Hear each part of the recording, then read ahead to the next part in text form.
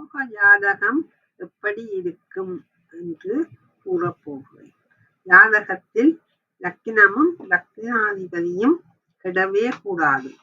லக்கினாதிபதி கெடுவதென்றால் லக்கினாதிபதியுடன் பாவக்கிரகங்களான சனி, ராகு, செவ்வாய் சேரவும் கூடாது, தற்கவும் கூடாது.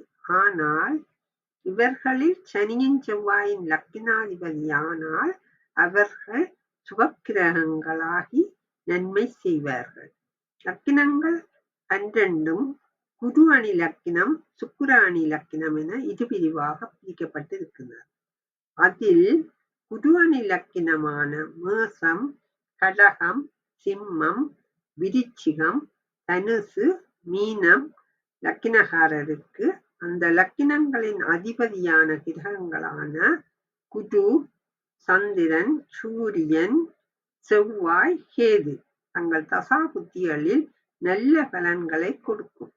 அதுபோல் சுக்கிர அணி லக்கினம் ரிஷபம், மிதுனம், கன்னி, துலாம், மகரம், கும்பம் லக்கினகாரருக்கு அந்த லக்கினங்களின் அதிபதி கிரகங்களான சுக்கிரன், புதன், சனி, ராகு தசைகள் நல்ல பலன் கொடுக்கும். மற்ற கிரகங்களான குரு அணி லக்கின கிரகங்கள் இந்த லக்கினத்துக்கு யோக பலன் தராது. அதே மாதிரி சுக்கிர அணி லக்கினங்கள் குரு அணி லக்கினங்களுக்கு நன்மை செய்யாது. குருவுடன் அதிக கிரகங்கள் தொடர்பு கொள்வதும் சிறப்பு. சனியுடன் எந்த கிரகமும் தொடர்பு கொள்ளாமல் இருப்பது நல்லது. லக்கின சுவர்களும் லக்கின அசுவர்களும் ஒருவருக்கொருவர் கேந்திரத்தில் நிற்பது சிறப்புத்தான். ராசிக்கு கேந்திரங்களில் அதிக கிரகங்கள் நிற்பதும் சிறப்பு.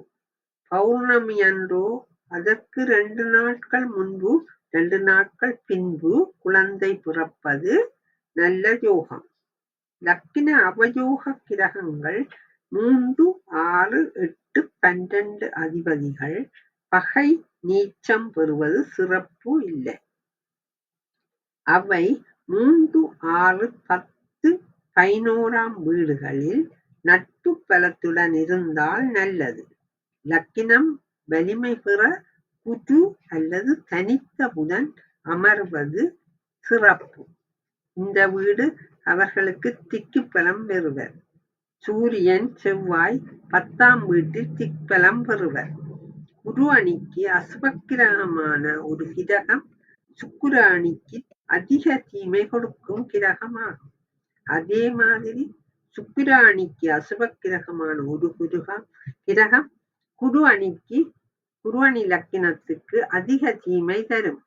அப்படி மேட லக்கினத்துக்கு அதிக கெடுபலனை கொடுக்கும் கிரகம் புதனாகும்.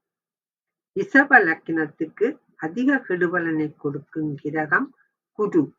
மிதுன லக்கினத்துக்கு அதிக கெடுபலனை கொடுக்கும் கிரகம் செவ்வாய். கடக லக்கினத்துக்கு அதிக கெடுபலனை கொடுக்கும் கிரகம் சனி.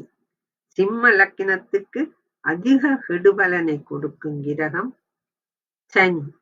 கன்னி லக்கினத்துக்கு அதிக கெடுபலனை கொடுக்கும் கிரகம் செவ்வாய். துலா லக்கினத்துக்கு அதிக கெடுபலனை கொடுக்கும் கிரகம் குரு.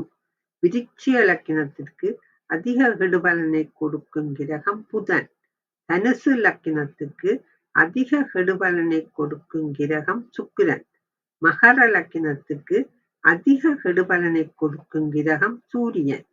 கும்ப லக்கினத்துக்கு அதிக கெடுபலனை கொடுக்கும் கிரகம் சந்திரன். மீன லக்கினத்திற்கு அதிக கெடுபலனை கொடுக்கும் கிரகம் சுக்கிரன்.